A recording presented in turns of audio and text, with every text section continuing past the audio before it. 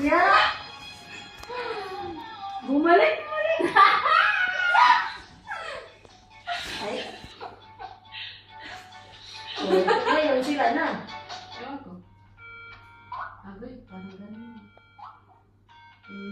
Uwi din siya, di iwan siya. Isel, Leona?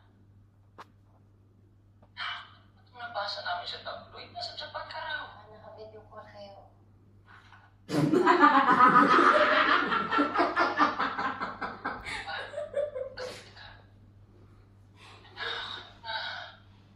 Bakit hindi mo sinasagot ang tawag namin ng mama mo? Asa ka ba? Sa Japan ho. Sa Japan. Anak yun, ulit na kami ni Direct.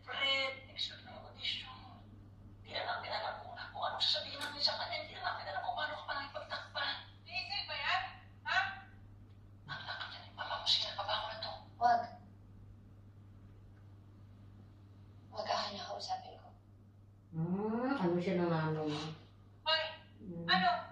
Gusto mo kasi nakalagay ng nanay niya, kaya Ako hindi pa namin naman ang ganun. mukha mo, hindi mo sasagot yung tawag namin na papa mo. Ano, akala mo kaya mo na wala kami ng papa mo? Ha? Tinatakbuhin mo na kami? Ganon?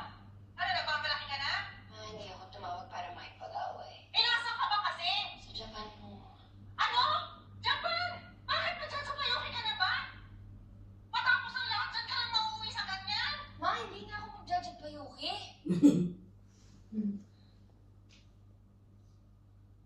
Tapos sabihin ng tana. Tumawag ako dahil gusto ko lang mag-sorry. Ang sama kasi ng baril mo. Isip? Malala. Di mo malumbat eh. Parang pinapalabas mo yung pera mo lang habol namin sa'yo. Palibasa, hindi ka naman nakaranas ng hirap. Alam mo ba, nung bata ako, di ba lang yung panty ko? Pinalaban ko yun para meron akong masuot.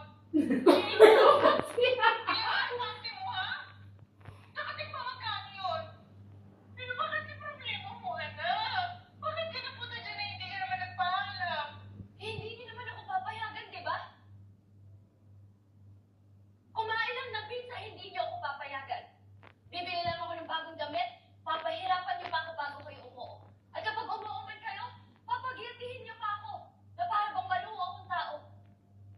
Pati pakikipagkaibigan ko sa tao, gusto niyo kayo yung may pasya. Tapos kapag may chismis tungkol sa akin, isuplada ako na naman yung may kasalanan. Kapag may audition ako, tapos hindi ako natanggap, ako na naman yung may kasalanan. Kapag may tagyawat ako na naman yung may kasalanan. Bihira naman, ma.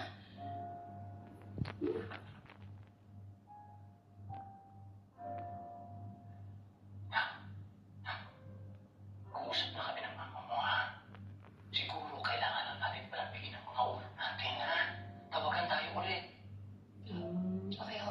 Under natin. Tandaan mo, mahal na mahal ka namin. Ano yung ginagawa ng tatay niya? Paano naka-video call ka?